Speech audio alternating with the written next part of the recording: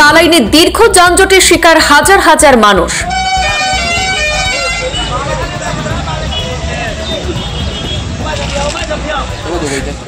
কালাইন বাজার তেমাথায় যানবাহনের দীর্ঘ লাইন।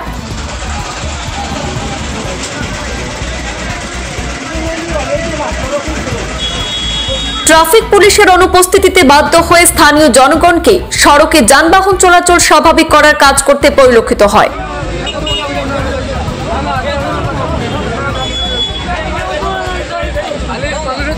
পণ্য বোঝাই একটি লরি হঠাৎ বিকল হয়ে পড়ায় কালাইন বাজার তেমাথায় যানজটের সৃষ্টি হয়। প্রায় 1.5 থেকে 2 কিলোমিটার দীর্ঘ রাস্তার দুপাশে যানবাহনের লম্বা লাইন পড়ে যায়।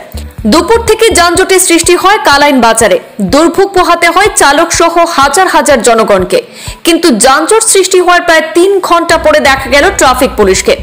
যানজট এতটাই ভয়াবহ ছিল যে ঢিলছোড়া এলাকা থেকে পুলিশের কনভয় কালাইন বাজার তেমাথায় পৌঁছাতে প্রায় 2 ঘন্টা সময় লেগে যায়। ট্রাফিক পুলিশ অনুপস্থিত থাকায় পণ্য বোঝাই লরিটি হঠাৎ বিকল হয়ে পড়ায় কালাইন বাজার তেমাথায় প্রায় 1.5 থেকে 2 কিলোমিটার রাস্তায় দীর্ঘ লম্বা যানজটের সৃষ্টি হয়।